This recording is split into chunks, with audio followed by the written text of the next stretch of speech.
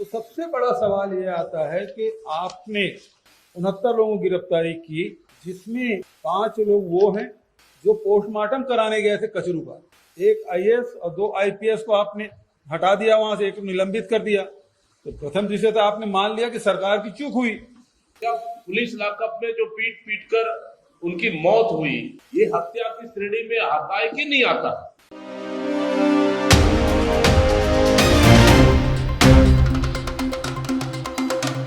नरेंद्र पांडेय का अभिवादन स्वीकार करें। आज लोहारडी मामले में पूर्व मुख्यमंत्री भूपेश बघेल और प्रदेश कांग्रेस अध्यक्ष दीपक बैज ने एक प्रेस कॉन्फ्रेंस की और सरकार को कटघरे में करते हुए कहा, इस पूरी घटना में सरकार दोषी है। बघेल ने कवर्धा कांड को लेकर सरकार से 5 सवाल भी पूछा है। पहला बिंदु ये है कि पूरे गांव वाले और पूरे परिवार के लोगों का मानना है कि श्री प्रसाद उर्फ कचरू की मृत्यु है वो आत्महत्या नहीं, हत्या है। और इस मामले में परिवार के लोगों ने कचरू साहू की पुत्री ने यहाँ के डीजी को और मध्य प्रदेश की डीजी, क्योंकि घटना मध्य प्रदेश की सीमा में हुआ है, पोस्टमार्टम मध्य प्रदेश में हुआ है, इसलिए वहाँ के डीजी को भी पत्र लिखा है। तो पहला सवाल तो ये उठता है कि जब परिवार के लोगों ने पत्र लिखा कि हमको दोबारा पोस्टमार्टम कराना है, और मैंने भी माननीय मुख्यमंत्री विष्णुदेव साय जी को भी पत्र लिखा कि परिवार के लोगों को कहना कि दोबारा पोस्टमार्टम होना चाहिए। पहला सवाल तो ये है कि सरकार ने क्या पहल की। जब डीजी पत्र पर उसकी बच्ची ने लिखा है तो इसमें दोबारा पोस्टमार्टम के लिए सरकार के द्वारा क्या पहल की गई, और यदि नहीं पहल किया गया है तो ये जो तथाकथित जो आत्महत्या है वो उसमें प्रश्नवाचक चिन्ह लगता है कि सरकार उसको आत्महत्या बताने के लिए क्यों उतारू है, और क्यों उसको, क्योंकि उसमें एक बात और है कि कचरू साहू अकेले नहीं गया था घर से, गांव से बाहर, उसके साथ एक और व्यक्ति है, उसके परिवार के लोग, कचरू साहू परिवार के लोग चीख चीख के कह रहे हैं, उसके साथ झनक नाम का कोई व्यक्ति है जो गया था। तो उस व्यक्ति से पूछताछ क्यों नहीं की गई? वो हो सकता है आत्महत्या के लिए प्रेरित किया हो सकता है परिवार के लोग कह रहे हैं कि हत्या है, तो उससे पूछताछ क्यों नहीं की? वो आज भी व्यक्ति गांव में खुलेआम घूम रहा है। दूसरा सवाल ये है कि जो गिरफ्तार हुए वो 69 हैं, जिसमें 35 महिला है, 34 पुरुष है, 2 नाबालिग। इसमें प्रशांत साहू की मृत्यु हो गई, चोटें आई है। तो अब सवाल ये उठता है कि इसमें प्रशांत साहू जो पोस्टमार्टम हुआ उसमें क्या है?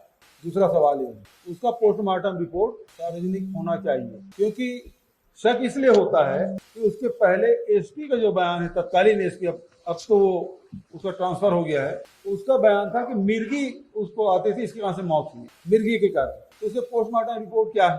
तीसरा सवाल ये है कि जो 69 लोग गिरफ्तार हुए, आप सबको पता है कि हम लोग दुर्ग जेल अधीक्षक को चिट्ठी लिखे, डीजी भी चिट्ठी लिखे, संवर्धक में उस दिन अध्यक्ष जी साथ में थे, हम लोग मिलने की कोशिश किए, लेकिन न कलेक्टर ने अनुमति दिया था, न जेल अधीक्षक ने अनुमति दिया था, न कोर्ट से मिला। बाद में मैं गया था और उन लोगों से मुलाकात की।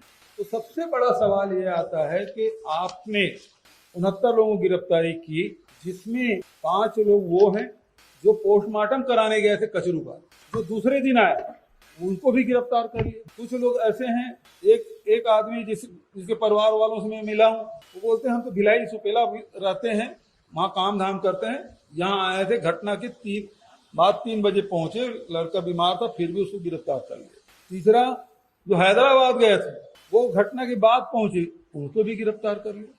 चौथा, जो लोग उस रास्ते से गुजर के दूसरे गांव जा रहे थे, जो दूसरे गांव के हैं, उस गांव से गुजर के जा रहे थे, उनको भी गिरफ्तार कर लिया। उनसे जेल में मेरी मुलाकात हुई, उन्होंने कहा कि हम तो दूसरे गांव के रहने वाले हैं भाई, हम तो उस रास्ते से गुजर रहे थे, हमें थोड़ी पता था कि यहाँ घटना घटी है। चौथा, ऐसे लोग हैं जो गिरफ्तार कर लिया गया। पांचवा, जो प्रशांत साहू है, उसके 2 चचेरे भाई राजनांदगांव गए थे, वो लौट के आए, उनको भी गिरफ्तार कर लिया।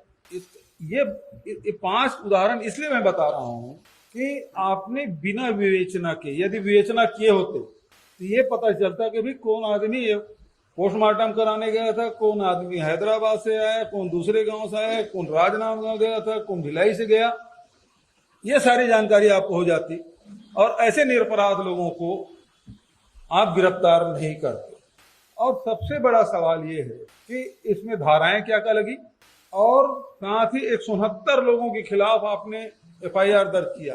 आप पोर्टल में सेंसिटिव करके उसको जारी नहीं कर रहे हैं। 169 लोग कौन है? क्योंकि गांव में कोई आदमी है ही नहीं, चाहे 169 में उसका नाम हो या ना हो, वो डर के मारे सब बाहर हैं।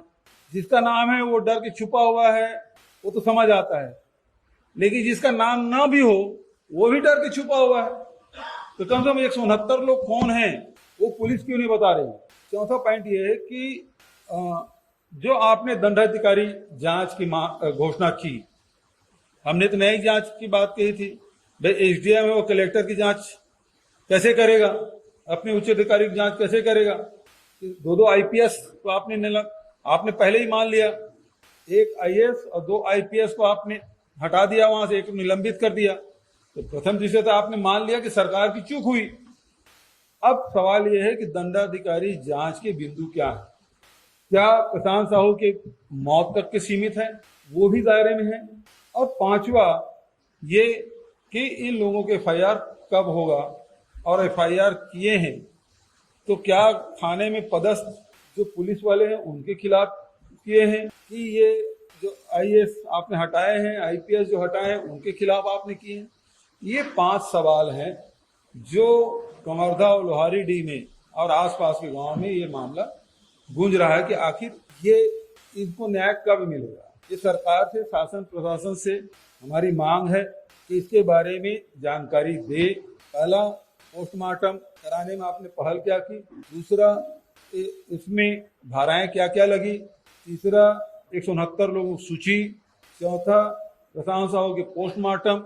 और पांचवा, आपके जो दंडाधिकारी जांच की उसकी जांच के बिंदु। और छठवा, जो आपने एफआईआर किया है क्या इनका, क्योंकि प्रशांत साहू की मौत तो हो गई, एफआईआर तो किया होगा, एफआईआर में धाराएं क्या क्या लगी है और किन के खिलाफ, ये सवाल है। प्रदेश कांग्रेस अध्यक्ष दीपक बैज ने उप मुख्यमंत्री और गृह मंत्री विजय शर्मा को घटना के लिए जिम्मेदार ठहराया है। उन्होंने कहा कि इस घटना को लेकर सरकार और प्रशासन दोनों की भूमिका संदिग्ध रही है। इसका प्रमाण तो सरकार ने खुद कलेक्टर और एसपी को हटाकर दे ही दिया है। ये कवर्धा जिला का मामला है और कवर्धा विधानसभा का, जहां से चुनकर विजय शर्मा जी आते हैं और आज छत्तीसगढ़ के उप मुख्यमंत्री भी है और गृह मंत्री। वास्तव में दोनों परिवार डरा हुआ है, सहमा हुआ है, क्योंकि शासन और प्रशासन लगातार उस परिवार को डराने और धमकाने का प्रयास किया जा रहा है। विशेषकर गृह मंत्री जब गए तो उस बच्ची से स्पष्ट रूप से उन्होंने कहा कि तुम बहुत ज्यादा मोबाइल में वीडियो में बात कर रहे हो और प्रेस कॉन्फ्रेंस में बात कर रहे हो, लेकिन एक्चुअली अगर देखा जाए वास्तव में वो बच्ची जो घटना को सिर्फ समझ रही है, उसके बाद ना उनको राजनीति की समझ है, ना कानून की समझ है, ना ही अन्य चीजों की समझ है। वो सिर्फ परिवार तक सीमित बच्ची पढ़ाई कर रही है, लेकिन उसके बाद उसकी जो अंदर से निकली हुई आवाज, उसके अंदर से निकली हुई जो दुख और दर्द स्वपुर्त उस बच्ची के मुंह से बाहर निकल रहा है। मतलब ये सबसे बड़ा सोचने वाली बात है, वास्तव में दिल को छूने वाला, झकझोर करने वाला बात। और उन्होंने ठान लिया है कि अपनी पिता की लड़ाई वो लड़ रही है, इस उम्र में लड़ रही है, जो उम्र उसके लिए पढ़ाई करने का है, परिवार साथ रहने का है, उसे बाहर की दुनिया को कुछ भी पता नहीं। इस परिस्थिति में वो बच्ची आज कानून का सहारा ले रही है, अपने पिताजी के लिए न्याय की लड़ाई लड़ रही है। जो उसकी माँ को भी जेल भेज दिया गया ना, वो सिर्फ 5 भाई बहन के साथ और उनकी नानी के साथ रह रहे हैं घर में। पिताजी खत्म हो गए, माँ को जेल भेज दिया गया। सोच लीजिए वो बच्ची कितनी सदमे में है, उसके बाद भी वो न्याय की लड़ाई लड़ रही अपने पिता के लिए। पूरी कांग्रेस पार्टी उस बच्ची के साथ है, उस परिवार के साथ है। वही दूसरी ओर प्रशांत साहू का भाई, जिनको पुलिस लॉकअप में पीट कर हत्या कर दी गई। क्या हम पूछते हैं इस सरकार से, क्या पुलिस लॉकअप में जो पीट कर उनकी मौत हुई, ये हत्या की श्रेणी में आता है कि नहीं आता? मैं पूछता हूँ इस सरकार से, मैं पूछता हूँ इस कानून से, मैं पूछता हूँ इस न्याय से। अगर किसी के लॉकअप में, किसी के घर में अगर मौत होती है मारने से, वो हत्या की श्रेणी में आता है कि नहीं आता है? इसके खिलाफ अपराध का दर्ज होना चाहिए कि नहीं होना चाहिए? होना चाहिए तो फिर कौन जिम्मेदार है? उसके ऊपर FIR हुआ तो क्या मामला दर्ज हुआ? कौन जिम्मेदार है? ये सबसे बड़ा सवाल इस सरकार के ऊपर उठ रही है। अगर इस मामले में अगर सरकार दबाने का प्रयास की तो हम साफ साफ कह रहे हैं कि सरकार से तो भरोसा उठ गया है, लेकिन कानून से भी भरोसा उठ जाएगा। ये घटना 3 साहू समाज के बेटों की जो जान गई, इस घटना को रोका जा सकता था, बचाया जा सकता था, लेकिन गृह मंत्री की नाकामी और उनके इशारे पे ये घटनाएं हुई, निंदनीय है।